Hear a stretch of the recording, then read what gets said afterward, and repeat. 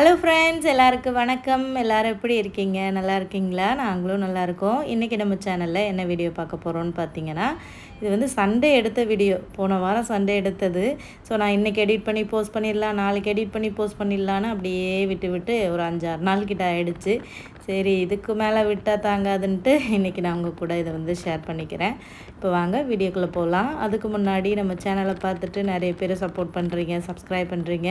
எனக்கு சப்போர்ட் பண்ணி சப்ஸ்கிரைப் பண்ணுற எல்லாருக்குமே ரொம்ப ரொம்ப நன்றி. தொடர்ந்து உங்களோட ஆதரவை நம்ம சேனலுக்கு கொடுங்க. இப்போ வீடியோக்குள்ளே போகலாமா? சண்டேனாலே ரொம்ப ரொம்ப பிஸியான நாள் தான் எங்களுக்கு. ஏன்னா அன்றைக்கி வந்து முகிலுக்கு வந்து ஸ்கூல் இருக்கும் இல்லையா? ரெகுலராக வீடியோ பார்க்குறவங்களுக்கு தெரியும். ஒரு சில பேர் இந்த ஷார்ட்ஸில் சொல்லும்போது கேட்பீங்க, ஞாயிற்றுக்கிழமை என்னக்கா ஸ்கூலு அப்படின்னு சொல்லிட்டு. ஸோ முகில் போகிறது ஒரு சின்ன கிண்டர் கார்டன் மாதிரி தான். அவனுக்கு வாரத்தில் 2 நாள் தான் ஸ்கூல் இருக்கும். அது சனிக்கிழமை, ஞாயிற்றுக்கிழமை. ஸோ அந்த 2 நாள் மட்டும் கொண்டு போய் விட்டுருவோம். எதுக்காக அந்த நாளை நாங்கள் சூஸ் பண்ணோம்னா, ஆதவுக்கும் மற்ற நாள் ஃபுல்லாக ஸ்கூல் இருக்கும். ஸோ 2 பேரையும் தனித்தனியாக கொண்டு போய் விட வந்து ஹஸ்பண்டுக்கு டைம் இருக்காது. ஸோ அதனால தான் இதை வந்து சூஸ் பண்ணோம். ஆதவுக்கு வந்து இந்த ஞாயிற்றுக்கிழமை அவனுக்கு லீவ் இருக்கும். சனிக்கிழமை வந்து மதியத்துக்கு மேலே தான் முகிலுக்கு ஸ்கூலு. ஸோ டிசம்பர் வரைக்கும் தான் எதுவுமே. டிசம்பரோட முகிலுக்கு அந்த போகிற ஸ்கூலை வந்து ஸ்டாப் பண்ணிடுவோம். அப்புறம் ஜனவரியிலேருந்து ஆதவ் படிக்கிற ஸ்கூல்லையே 2 பேரும் ரெகுலராக போகிற மாதிரி அட்மிஷன் போட்டாச்சு. ஸோ அதோட ப்ராப்ளம் சால்வ்டு. சனி ஞாயிறு இப்படி பிஸியாக ஓடுறதுன்றது ஜனவரியிலேருந்து இருக்காது. ஸோ முகிலை கொண்டு போய் நாங்கள் ஒரு 10 மணி போல் ஸ்கூலில் விட்டுட்டு அப்படியே நாங்கள் வந்து ஜெரடாங் மார்க்கெட்டுக்கு தான் வந்திருந்தோம். மீன் வாங்கிட்டு போகலாம் அப்படின்ட்டு. ஏன்னா சண்டேனா மீன் இல்லாமையா நல்ல ஃப்ரெஷ் மீன் இங்கே கிடைக்கும். ஸோ காரை வந்து நிப்பாட்டுறதுக்கு இடமே இல்லை. அந்த மீன் மார்க்கெட் ஃப்ரண்ட் அந்த சைடே வந்து நிறைய இடங்கள் இருக்கும். அன்றைக்கி ஃபுல்லாக க்ரௌடு. மீன் கடையில் வந்து பார்த்தா ஆட்கள் கம்மியாக தான் இருக்குது. ஆனால் ஆட்கள் நிற்கிறத விட கார்கள் அதிகமாக இருக்குது. அப்புறம் நாங்கள் இந்த சைடே ஒரு வெஜிடபிள் கடைகள்லாம் இருக்கும். ரோட்டு சைடில் நிறைய காய்கறி பழங்கள்லாம் வைப்பாங்க.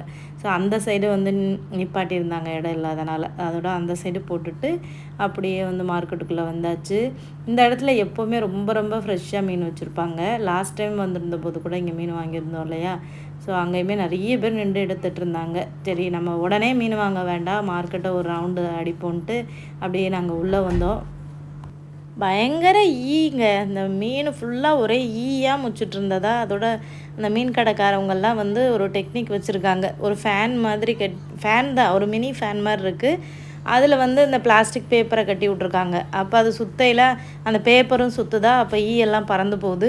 சில பேர் கடைக்கு வெளியிலே நின்று ஈ ஓட்டிகிட்ருக்காங்க. அந்தளவுக்கு ஈ வந்து ரொம்ப மொச்சிட்டு இருந்துச்சு. ஆனால் ஈ மொக்கிறது ஒரு விதத்தில் நல்லது தாங்க. ஏன்னா நான் ஒரு யூடியூப்பில் ஒரு வீடியோவில் பார்த்தேன், எந்த மீனில் அதிகமாக ஈ மொக்குதோ அந்த மீனில் தான் கெமிக்கல் ஆட் பண்ண மாட்டாங்களாம். ஸோ சென்னையில் ஒரு தடவை ஒரு மீன் மார்க்கெட்டில் போய் அந்த ஃபுட்டு இது சேஃப்டி ஆஃபீஸர்ஸ்லாம் இருப்பாங்கள்ல, அவங்க போய் மார்க்கெட்டில் செக் பண்ணி அப்போ வந்து சொன்னாங்க, மீனில் ஈயே மொக்கலை, நீங்கள் என்ன கெமிக்கல் ஊற்றிருக்கீங்க அப்படின்னு சொல்லிட்டு. ஆனால் இங்கே ப்ரூனேயில் கிடைக்கிற மீன்லலாம் பார்த்திங்கன்னா பயங்கரமாக ஈ மொக்குங்க. ஸோ நாங்கள் மீன் வாங்கிட்டு இருக்கும்போதே பார்த்திங்கன்னா ஃப்ரெஷ்ஷாக அப்போ போட்டில் இருந்து பிடிச்சிட்டு வந்து மீன் கொண்டு வராங்க பார்த்திங்களா. ஸோ இப்படி தான் இங்கே ப்ரூனேயில் மீன் கிடைக்கும். ரொம்ப ரொம்ப ஃப்ரெஷ்ஷாக கிடைக்கும். ஸோ அங்கே கொண்டு வந்த மீன் என்னென்னு பார்த்தீங்கன்னா, இந்த அயிலை மீன், அப்புறம் வாழை மீன், அப்புறம் பெரிய மீன் ஒன்று இருந்தது. அதை பார்த்துட்டு தான் அம்மா ஜெயின் ஃபிஷ்மா அப்படின்னு சொல்லிட்டு இருந்தான். அப்புறம் நாங்கள் வந்து இந்த காரா மீன் வாங்கினோங்க. அதில் 1 கிலோ வாங்கினோம். $5 சொல்லி கொடுத்தாங்க. நல்லா ஃப்ரெஷ்ஷாக இருந்தது. அந்த ஃபஸ்ட்டு பார்த்த கடையில் தான் வாங்கினோம். அதுக்கப்புறம் இந்த சைடாக பார்த்தோம், நல்லா ப்ரான் வந்து நல்லா ஃப்ரெஷ்ஷாக இருந்ததா. 1 கிலோ $10 இந்த சைடு இருக்கிறது. அந்த சைடு இருக்கிறது 1 கிலோ $12. அப்புறம் நாங்கள் ஒரு 1/2 கேஜி தான் வாங்கினோம். ஏன்னா ப்ரான் வந்து சாப்பிட்லாம், நம்ம அதிகமாக சாப்பிடக்கூடாது. ப்ரான் வந்து அதிகமாக சாப்பிட்டோம்னா இந்த யூரிக் ஆசிட் ரொம்ப அதிகமாகும்னு சொல்லுவாங்க. மூட்டு வலி, இந்த ஜாயிண்ட் பெயின்ஸ் எல்லாம் வர ஆரம்பிக்கும். ஸோ அதனாலே நாங்கள் கொஞ்சம் பயந்துக்கிட்டு ப்ரான் நிறைய சேர்த்துக்க மாட்டோம். கம்மியாக தான் வாங்குவோம். ஸோ 1/2 கிலோ போதும், சும்மா தொக்கு மாதிரி வச்சுக்கலாம் அப்படின்னு சொல்லிட்டு வாங்கிட்டு அப்புறம் மார்க்கெட் வந்துட்டோம். காய்கறி மார்க்கெட்டுக்கு. எங்கன்னா செங்கூராங் மார்க்கெட் இருக்குல்ல, அங்கே தான். ஸோ அங்கே நல்லா விலையும் ரொம்ப கம்மியாக இருக்கும். எல்லா வெஜிடபிள்ஸுமே வாங்கலாம். கருவேப்பிலை வாங்கினோம், அப்புறம் கத்திரிக்காய், மரவள்ளிக்கிழங்கு. ஸோ இந்த கடையில் எப்போவுமே மரவள்ளிக்கிழங்கு ஃப்ரெஷ்ஷாகவே இருக்கும். ஒரு கிழங்கு கூட கருப்பாக இருக்கிறதவே சொல்ல முடியாது. ஸோ 2 கிழங்கு 1 கிலோ வந்தது, அது வாங்கினோம். அப்புறம் வாழைப்பழம் எல்லாமே கிடைக்குங்க.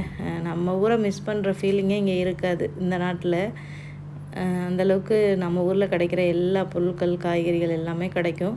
ஒரு சிலதுகள் மட்டும்தான் கிடைக்காது, மற்றபடி எல்லாமே கிடைக்கும். வாழைப்பழமே பார்த்திங்கன்னா நல்லா கூறு வச்சு வச்சுருப்பாங்க. $2 $3 அந்த மாதிரி.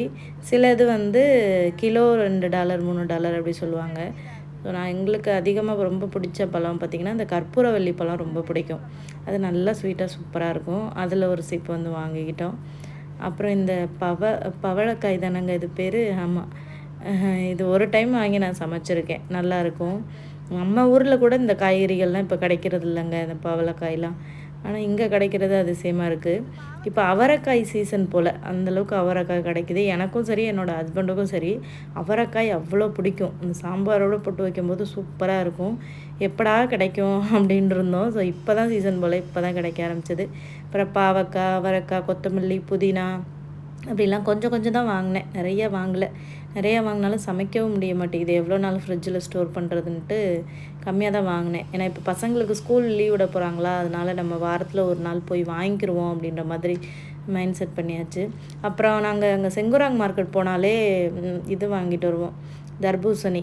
ஏன்னா அங்கே கிலோ ரொம்ப கம்மியாக இருக்கும், ஒரு கிலோவே $1 தான். சூப்பர் மார்க்கெட்லலாம் வாங்கினோம்னா ஒரு கிலோ $2 சொல்லுவாங்க. ஸோ அதனால் நாங்கள் ஒரு பழம் பார்த்து வாங்கிடுறது, ஜூஸ் போட்டு குடிக்கலான்னு. வாங்கிட்டு வந்தோடனே ஹஸ்பண்ட் அதை பொறுப்பெடுத்துக்கிடுவார், நான் ஜூஸ் போட்டு தரேன்னு சொல்லிவிட்டு. சில நேரங்கள் என் வீட்டுக்கார் நல்லா எனக்கு ஹெல்ப் பண்ணுவாருங்க, கிச்சன்லேயும் சரி, எந்த வீட்டை க்ளீன் பண்ணுறதுலையும் சரி. அவரோட மைண்ட் செட்டை பொறுத்து இருக்குது. அவருக்கு வேலை ரொம்ப அதிகமாக இருந்துச்சுன்னு வைங்களேன், அவர்கிட்ட போய் பேசக்கூட முடியாது யாருமே. நம்ம நல்லா பேசினா கூட அவர் சிடு சிடுன்னு பேசுவார். அது ஒரு சில பேரோட கேரக்டர்னு சொல்லுவாங்கள்ல. ஸோ அவரோட ஒர்க் ப்ரெஷர் அது. ஸோ சில விஷயங்களை நானே புரிஞ்சுக்கிடுவேன், மனுஷனுக்கு வேலை ரொம்ப அதிகம் போல் அப்படின்ட்டு அவரை ரொம்ப போய் நோண்ட மாட்டேன், பேசாமல் வந்துடுவேன். பட் அவருக்கு வேலை இல்லைன்னு வைங்களேன், வந்து பசங்களோட விளையாடுறது, எனக்கு ஹெல்ப் பண்ணுறது, அந்த மாதிரியான விஷயங்கள் நிறையா பண்ணுவார்.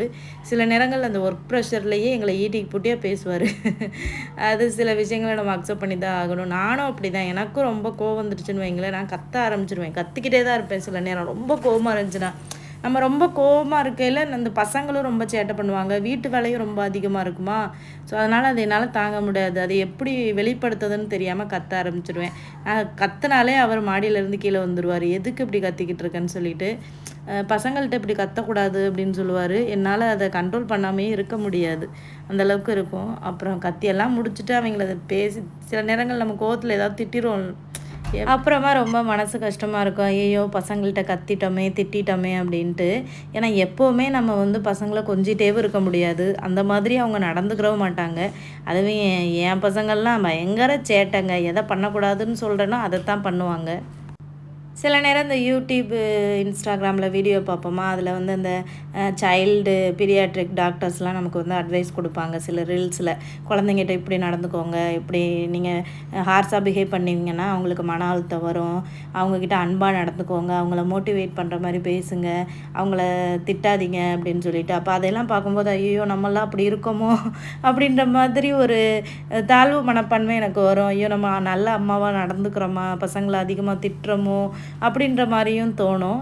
பட் எப்போவுமே நம்ம சிரிச்சுக்கிட்டு எப்போவுமே பசங்களை இது பண்ணிக்கிட்டேவும் இருக்க முடியாது. பசங்களை திட்டுறதும் அடிக்கிறதும் பசங்க சேட்டை பண்ணுறதும் எல்லாமே பார்ட் ஆஃப் லைஃப் தான். என்ன பண்ணுறது, எப்போவுமே அன்பாக நம்ம இருக்கவே முடியாது இல்லையா. ஏன்னா நம்மளுக்கும் வந்து வீட்டு வேலை அது இதுன்னு சொல்லிட்டு பல டென்ஷன் இருக்கும். ஸோ சில நேரங்களில் அந்த மாதிரி நான் காமிச்சிருவேன். ஸோ நாங்கள் வாங்கிட்டு வந்த மீன் வந்து காரா மீன், அதுக்கப்புறம் அந்த ப்ரானு, அப்புறம் ஜூஸ் ஒரு 2 கிளாஸ் போட்டு ஜூஸ் என் ஹஸ்பண்ட் கொடுத்துட்டாரு. பசங்க ஒரு கிளாஸ் அவங்க குடிக்க வைக்கிறதே பெரும்படை. ஆதவ் குடிச்சிருவான், பட் முகிலை குடிக்க வைக்கிறது பெரும்படாக இருக்கும். அவங்க ஒரு கிளாஸ் வந்து ஆதவ் 2 கிளாஸ் குடிச்சிட்டான், முகில் தான் ஒரு கிளாஸ் குடித்தான். 2 கிளாஸ் குடிச்சிட்டு ஆதவ் வாந்தி வருதுன்னு சொல்லிட்டு கிடந்தான். ஏன்னா அவனுக்கு ரொம்ப வயிறு நிறைஞ்சிரும்ல 2 கிளாஸ்னால். அப்புறமா கக்கிறாதடான்னு சொல்லிட்டு அப்போ வெளியில் வாக்கிங் ரன்னிங் போன்னு சொல்லிட்டு வெளியில் கூட்டிகிட்டு போயிட்டார். அப்புறம் நான் வந்து அந்த மீனை க்ளீன் பண்ணி சமைக்க ஆரம்பிச்சிட்டேன். இந்த பிரானை வந்து அந்த க்ளீன் பண்ணுறது வந்து ஈஸி தான், அந்த ஓடு இதெல்லாமே ஈஸியாக எடுத்துடலாம். ஆனால் அதை தலையில் வந்து ஒரு கீரல் மாதிரி போட்டு உள்ளே அந்த வேஸ்ட் மாதிரி இருக்கும், அதோட குடல் மாதிரி, அதை வந்து உருவி எடுக்கணும். இல்லைன்னா அது வந்து ஒரு மாதிரி நம்ம அப்படியே அதை எடுக்காமல் சமைச்சோன்னா ஒரே மண்ணாக இருக்கும். ஸோ அது வந்து எனக்கு தெரியவே தெரியாதுங்க. கல்யாணம் முடிச்சதுக்கப்புறம் தான் என் ஹஸ்பண்ட் வந்து சொன்னாங்க, இதை க்ளீன் பண்ணுறது எப்படின்னு. இந்த மீன் க்ளீன் பண்ணுறது இது எல்லாமே சொல்லிக் கொடுத்ததே என் ஹஸ்பண்ட் தான். எனக்கு ஒன்றுமே தெரியாது க்ளீன் பண்ணும்போதெல்லாம். கல்யாணம் முடித்த புதுசுலலாம் நாங்கள் கேரளாவில் அங்கே இருக்கையில் அங்கே மார்க்கெட்லேயே க்ளீன் பண்ணி கட் பண்ணி கொடுப்பாங்க. ஸோ ஃபஸ்ட்டு ஒரு மாதம் நாங்கள் அவங்ககிட்டே கொடுத்து வாங்கிட்டு வந்தோம். அவங்க அப்போ கொஞ்சம் காசும் கூட கேட்பாங்க. ஒரு மீனை க்ளீன் பண்ணுறதுக்கே 50 ரூபா பக்கம் கேட்பாங்க. ஸோ அதனால் வந்துட்டு இவ்வளோ காசு கொடுக்குறது, அப்போ 50 ரூபான்றது ரொம்ப அதிகமான காசு தான். ஏன்னா மீனே 50 ரூபா 100 ரூபாய்க்கு தான் வாங்குவோம். அதை க்ளீன் பண்ணுறதுக்கு 50 ரூபா கேட்பாங்களா. ஸோ அதனால் வந்துட்டு நம்மளே க்ளீன் பண்ணுவோன்னு சொல்லிவிட்டு அப்புறம் என் வீட்டுக்காரர் ஃபஸ்ட்டு க்ளீன் பண்ணி அப்புறம் எனக்கு சொல்லி கொடுத்தாரு இப்படி க்ளீன் பண்ணணும்னு சொல்லி. அப்படியே க்ளீன் பண்ணி இப்போ எல்லா மீனுமே க்ளீன் பண்ண பழகிட்டேன். இப்போ க்ளீன் பண்ண மீனில் வந்து உப்பு, மஞ்சப்பொடி, மிளகாய் பொடி போட்டு மிக்ஸ் பண்ணி வச்சுருவேன் எப்போவுமே, எந்த மீனாக இருந்தாலுமே. ஏன்னா அது உப்பு, மஞ்சள், மிளகாய் இதெல்லாமே சேர்த்து மிக்ஸ் பண்ணி வைக்கும்போது குழம்புல போடையில் அந்த உப்பு காரம்லாம் நல்லா அதில் சேர்ந்து நல்லாயிருக்கும். ஸோ அதனால் வந்து அந்த மாதிரி பண்ணிவிட்டேன். மிளகாய் பொடி இல்லைல்ல, அதனால் மிளகாய் பேஸ்ட்டு தான் யூஸ் பண்ணிகிட்ருக்கேன். உண்மையாக நல்லா இருக்குங்க மிளகாய் பேஸ்ட்டுமே. ஊரில் இருந்து மிளகாய் பொடி வந்தாலுமே இந்த மிளகாய் பேஸ்ட்டே அரைச்சி வச்சுக்கலாமோ அப்படின்ற மாதிரி எனக்கு தோணுது. ஏன்னா டேஸ்ட் அந்தளவுக்கு நல்லா இருக்குது. ஸோ கார மீனை வந்து எங்கள் ஊர் ஸ்டைலில் வந்து பண்ண போகிறேன். இந்த தேங்காய் பால்லாம் ஊற்றி பண்ணுவாங்க, ரொம்ப நல்லாயிருக்கும். இதுக்கு வந்து தேங்காய் அரை மூடி தேங்காய் வேணும். ஏன்னா மீன் வந்து 1 கிலோ அப்படின்றனால இந்த காரா மீனை இந்த மாதிரி தேங்காய் போட்டு வச்சாதாங்க அந்த மீனோட டேஸ்ட்டே தெரியும். சூப்பராக இருக்கும். எனக்கு குழந்த பிறந்த டைம்லலாம் இந்த மீன் தான் அதிகமாக எங்கள் அம்மா வச்சு கொடுப்பாங்க. ஊரில் நான் ஆது பிறந்த டைமில் ஒரு 3 மாதம் நான் வந்து எங்கள் அம்மா வீட்டில் இருந்தேன். அதுக்கப்புறம் என் ஹஸ்பண்ட் வந்து கூட்டிகிட்டு போயிட்டாங்க இங்கே. அப்புறம் கேரளாவுக்கு வந்துட்டோம் நாங்கள். கேரளா வந்துமே கேரளாலேயுமே அந்த மீன் கிடைக்கும். நம்ம ஊர் மாதிரி அதிகமாக கிடைக்காது, எப்போவாச்சும் கிடைக்கும். கிடைக்கும் போதெல்லாம் என் ஹஸ்பண்ட் வாங்கிட்டு வந்துடுவாங்க. ஏன்னா அது வந்து நல்லா தாய்ப்பால் சுரக்கிறதுக்கு ரொம்ப நல்லாயிருக்கும். ஆனால் இந்த மாதிரி வச்சு சாப்பிட்டோம்னா ஒரு சூப்பராக இருக்கும் குழம்பு. தேங்காவை வந்து ஃபஸ்ட்டு வந்து நான் வந்து நல்லா நைஸாக அரைச்சிட்டேங்க. ஏன்னா மிக்ஸி வந்து நல்லா அரைக்க மாட்டேங்குது. எல்லாத்தையும் மொத்தமாக போட்டு அரைக்கும்போது தேங்காய் 1 2 பாதியாக கிடக்கா. அதனால் ஃபஸ்ட்டு வந்து தண்ணி ஊற்றாமல் தேங்காய் மட்டும் நைஸாக அரைச்சிட்டு 1 ஸ்பூன் சோம்பு, 1 ஸ்பூன் சீரகம், கருவேப்பிலை, பூண்டு வந்து போடுறதுக்கு நான் மறந்துட்டேன், போடாமையே வந்து அரைச்சிட்டேன். அதுக்கப்புறமா தான் எனக்கு ஞாபகம் வந்துச்சு ஏதோ ஒன்று குறையுதே அப்படின்ட்டு. அப்புறமா அரைச்சதுக்கப்புறமா பூண்டை கட் பண்ணி போட்டு திரும்ப வந்து நல்லா அரைச்சிட்டேன்.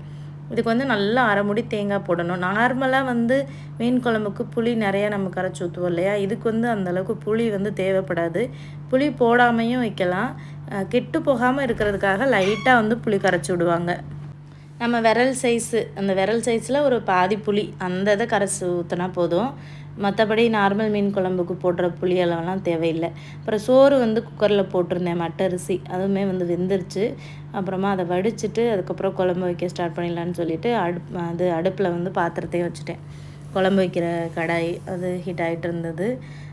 எண்ணெய் ஊற்றிருக்கேன். எண்ணெய் ஊற்றிட்டு வெந்தயம், சோம்பு, எப்பவும் போல் நம்ம மீன் குழம்புக்கு வைக்கிற மாதிரி தான். இந்த குழம்பு எல்லாத்துக்குமே தெரியும், இருந்தாலும் நான் வீடியோ எடுத்தனால உங்கள் கூட ஷேர் பண்ணுறேன். ஸோ வெங்காயம், பச்சை மிளகா போடணும் கூடவே. 4 பச்சை மிளகா போட்டிருக்கேன். கருவேப்பிலை போட்டுட்டு நல்லா வந்து வெங்காயத்தை வந்து வதக்கி விட்டுடலாம். வதக்கிட்டு அப்புறமா ஒரு 2 தக்காளி பழம், அதாவது குழந்த பிறந்த டைமில் இந்த மீனும் வச்சு கொடுப்பாங்க. அதுக்கப்புறமா அந்த பால் சுறா, அப்புறமா இந்த மீன் அது என்னது திருக்க மீன், இது 3மே வந்து வச்சு கொடுப்பாங்க நல்லா பால் ஊறுன்னு சொல்லிட்டு. அதே மாதிரி திருக்க கருவாடுமே எங்கள் ஊர்லலாம் கிடைக்கும், அதுவுமே இதே மாதிரி வச்சு கொடுப்பாங்க, ரொம்ப நல்லாயிருக்கும். அதுக்கப்புறம் தக்காளி சேர்த்து வதக்கிட்டு நம்ம அரைச்ச அந்த பேஸ்ட் இருக்கு இல்லையா, அதையும் வந்து அது கூட சேர்த்துட்டு அப்புறம் 1 ஸ்பூன் மிளகாய் பேஸ்ட் வந்து சேர்த்துருக்கேன். மல்லிப்பொடி ஒரு 2 ஸ்பூன் சேர்த்துருக்கேன், அவ்வளோதான். அதுக்கப்புறம் நம்ம புளி தண்ணி, நான் கொஞ்சமாக புளி ஊற வச்சுருந்தேன்னு சொல்லியிருந்தேன்ல, அதை கரைச்சி புளி தண்ணி, அவ்வளோதான். ஸோ நம்ம புளி ஊற்றினா தான் இது கெட்டு போகாமல் இருக்கும். ஏன்னா தேங்காய் போட்டிருக்கோம் இல்லையா, இன்னும் அடுத்த நாளில் வச்சு சாப்பிட முடியாது, கெட்டு போயிடும். ஸோ புளி ஊற்றினோம்னா அது கெடாமல் வச்சுக்கிறோம். அதுக்காக வந்து சேர்த்துட்டு எல்லாத்தையும் மிக்ஸ் பண்ணிட வேண்டியதான். அப்புறம் மஞ்சப்பொடி, இதுக்கு மெயினே மஞ்சப்பொடி தான். ஸோ போட்டுட்டு அதையும் மிக்ஸ் பண்ணிவிட்டு இது நல்லா கொதிக்க விடணும். கொதிக்க விட்டுட்டு எப்பவும் போல் மீன் எப்படி நம்ம போடுவோம் அதே மாதிரி போட்டுட்டு குக் பண்ணி இறக்கணும்னா சூப்பராக இருக்குங்க இந்த காரா மீன். யாரெல்லாம் இந்த ஸ்டைலில் உங்கள் ஊரில் பண்ணி சாப்பிடுவீங்க அப்படின்றத கமெண்ட்டில் ஷேர் பண்ணுங்கள். ஏன்னா எங்கள் ஊர் சைடெல்லாம் காரா மீனை இப்படி தான் வைப்பாங்க. புளி ஊற்றி எல்லாம் வச்சோம்னா எங்கள் ஊர் சைடு சிரிப்பாங்க, காரா மீனை இப்படி வச்சிங்களான்னு சொல்லிட்டு. ஆனால் புளி ஊற்றி வச்சாலுமே இந்த மீன் நல்லா தான் இருக்கும். நம்ம வைக்கிறத பொறுத்து இருக்குது. தண்ணியாக வச்சோம்னா நல்லா இருக்காது, நல்லா திக்காக வைக்கணும். ஆனால் இந்த மீனோட ஃப்ளேவர் வந்து இந்த புளி ஊற்றி வைக்கும்போது வராது. இந்த மாதிரி தேங்காய் அரைச்சி போட்டு வைக்கும்போது தான் இந்த மீனோட டேஸ்ட்டே தெரியும். நல்லா ஆட்டுக்கால் சூப்பு மாதிரி இருக்குங்க. மீன் கடைகள்லேயே இந்த மீன் வாங்கலையே சொல்லுவாங்க, இந்த காரா மீன் வந்து நல்ல எலும்புகளுக்கு ரொம்ப நல்லது, ஆட்டுக்காலில் எவ்வளோ சத்து இருக்கோ அதே சத்து இந்த மீனில் இருக்குது அப்படின்னு வந்து சொல்லுவாங்க. ஸோ இங்கே ப்ரூனேயில் ஆட்டுக்கால் எங்களுக்கு கிடைக்காது. ஸோ அதுக்கு பதிலாக நாங்கள் இதை சாப்பிட்டுக்கலான்னு சொல்லிட்டு இதை வாங்கியாச்சு. அப்புறம் மீனை போட்டு நல்லா கொதிக்க வச்சுட்டு இறக்கிற வேண்டியதான். ரொம்ப நேரம் கொதிக்க விடக்கூடாது, இந்த மீன் உடஞ்சி போகும். ஸோ ஃபைனலாக வந்து கொத்தமல்லி போடணுங்க, அது நல்ல ஃப்ளேவராக இருக்கும்.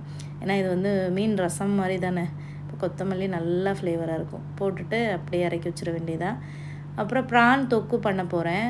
அதுக்கு வந்து ஒரு பேன் அடுப்பில் வச்சுட்டு எண்ணெய் ஊற்றிட்டு சோம்பு, அப்புறம் ஸ்பைசஸ்லாம் போடுவோம்ல, பிரியாணி ஸ்பைசஸ், பட்டை, கிராம்பு, ஏலக்காய் அதெல்லாமே போட்டுக்கலாம். ப்ரான் வாங்கி சமைக்கிறதே ரொம்ப ரேரு, நாங்கள் எப்போயாவது தான் வாங்குவோம். ஏன்னா நாங்கள் ஊரில் இருக்கையில் அந்த லாக்டவுன் டைமில் ஊரில் இருந்தோம். அப்போ எங்களுக்கு அங்கே மண்டபம், ராமேஸ்வரம் பக்கத்தில் மண்டபம்னு ஒரு ஏரியா இருக்குது, அங்கே போனோன்னா நல்லா ஃப்ரெஷ்ஷாக மீன் கிடைக்கும். அப்போ என் வீட்டுக்காரர் அங்கே போய் வாங்கிட்டு வருவாங்க. ஸோ ப்ரான் வந்து அங்கே ஒரு கிலோ 300 அப்படி தான் இருக்கும், நல்லா பெரிய பெரிய ப்ரான். இப்போ அடிக்கடி போய் வாங்கிட்டு வந்து நாங்கள் அதை சாப்பிட்டு என் ஹஸ்பண்டுக்கு அந்த யூரிக் ஆசிட் ரொம்ப அதிகமாகி அவங்களுக்கு அந்த ஜாயின்ட் பெயின் எல்லாம் வர ஆரம்பிச்சிருச்சு, முட்டு வலி, கால் வலி இந்த மாதிரி. அப்புறம் நாங்கள் டாக்டர்கிட்ட கேட்டபோது நீங்கள் வந்து ப்ரான் இதுக்கு சாப்பிடாதீங்க, அதை சாப்பிட்டீங்களான்னு கேட்டாங்க. அப்போ தான் எங்களுக்கு தெரியும் ஓ அப்படின்ட்டு. அதுலேருந்து நாங்கள் அந்த ப்ரானை வந்து அவாய்ட் பண்ணிடுவோம். இப்போ அவங்களுக்கு சரியாயிடுச்சு, அதுக்கேற்ற மாதிரி டேப்லெட்ஸ் வந்து டாக்டர்ஸ் கொடுத்தாங்க, அதை சாப்பிட்டு சரியாயிடுச்சு. இனிமேல் சாப்பிடுங்க, ஒரு அளவாக சாப்பிடுங்க அப்படின்ற மாதிரி சொன்னாங்க.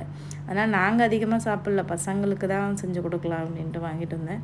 பட் நான் கொஞ்சம் சாப்பிட்டேன், எனக்கு ரொம்ப பிடிக்கும், எனக்கு ஒன்றும் இல்லாதனால சாப்பிட்டேன்.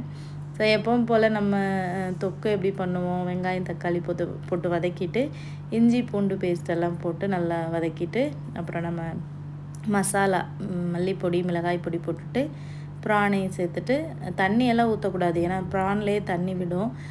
தண்ணி ஊற்றினோம்னா ரொம்ப குழம்பு மாதிரி ஆகிடும். ஸோ அதனால் வந்துட்டு அதோட மிக்ஸ் பண்ணிவிட்டு அப்படியே மூடி வச்சிட வேண்டியதான்.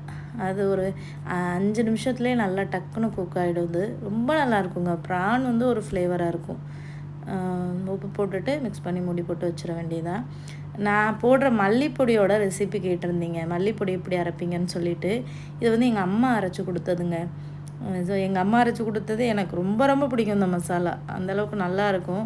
நானுமே அரைப்பேன், எனக்குமே அரைக்க தெரியும். ஊர்லெலாம் நான் கேரளாவில் இருக்கும்போதெல்லாம் நானாக தான் அரைச்சிக்கிடுவேன். எங்கள் அம்மா வரும்போது கொண்டு வருவாங்க. பட் அவங்கள ரொம்ப தொந்தரவு பண்ண வேணான்னு நினப்பேன், ஏம்மா அவங்ககிட்ட கேட்குறதா அப்படின்ட்டு. ஸோ கேட்டால் எங்கள் அம்மா அரைச்சி தான் கொடுப்பாங்க, நான் சொல்ல மாட்டேன் காலி ஆகிடுச்சுமா இருக்குமான்னு சொல்லிட்டு. இப்போ நான் இங்கே வந்ததுனால அவங்க இங்கே என்னால் அரைக்க முடியாது அப்படின்றனால அவங்க அரைச்சி கொடுத்துருவாங்க. பட் நான் அரைக்கும்போது எங்கள் அம்மா அரைக்கிற அளவுக்கு நல்லா வராது. எங்கள் அம்மா அரைக்கிறது எனக்கு ரொம்ப ரொம்ப பிடிக்கும். நான் அரைக்கிறது அந்தளவுக்கு ருசியாக இருக்குமா அப்படின்றது தெரியல. பட் அம்மா அரைச்சா ஒரு இது தானேங்க, அது ஒரு ஸ்பெஷல் தான் இல்லையா. ஸோ ஊருக்கு போயிருந்தபோது நான் வர்றதுக்கு முன்னாடியே எங்கள் அம்மா மல்லிப்பொடி அரைச்சி வச்சுட்டாங்க. ஸோ அதனால தான் அதோடய வீடியோ என்னால் எடுத்து போட முடியல. ஸோ நெக்ஸ்ட் டைம் வந்து போகும்போது அரைச்சேன்னா கண்டிப்பாக உங்களோட ஷேர் பண்ணுறேன். ஃபைனலாக அந்த ப்ரான் தொக்கில் கொஞ்சம் மிளகு பொடி போட்டு கொத்தமல்லி புதினா போட்டு மிக்ஸ் பண்ணிவிட்டு இறக்கணும்னா சூப்பராக இருக்கும். சாப்பாடு ரெடி பண்ணியாச்சு. வீடியோவில் நான் ரெக்கார்டிங் பண்ணிக்கிட்டு இருக்கும்போது என்னோடய பசங்க, நான் ஒரு ரூம்குள்ளே தான் உட்காந்து ரெக்கார்ட் பண்ணிகிட்ருக்கேன், வாய்ஸ் ஓவர் கொடுத்துட்ருக்கேன். என் பசங்க வந்து கதவை திறந்து நான் என்ன பண்ணுறேன்னு பார்த்துட்டு போகிறாடுக்கு. அதான் இடையில சவுண்டு வரும்னு நினைக்கிறேன், டோரை ஓப்பன் பண்ணி க்ளோஸ் பண்ணுற சவுண்டு.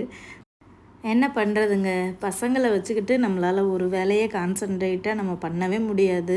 ஸோ என்ன நானே சில நேரங்கள் வந்து நினச்சிக்கிருவேன், 2 பசங்களே வச்சுக்கிட்டு இவ்வளோ தூரம் நீ யூடியூப்பை ரன் பண்ணுறதே பெரிய விஷயம் டி வினிதா அப்படின்னு சொல்லிட்டு என்ன நானே அப்ரிஷியேட் பண்ணிக்கிடுவேன்.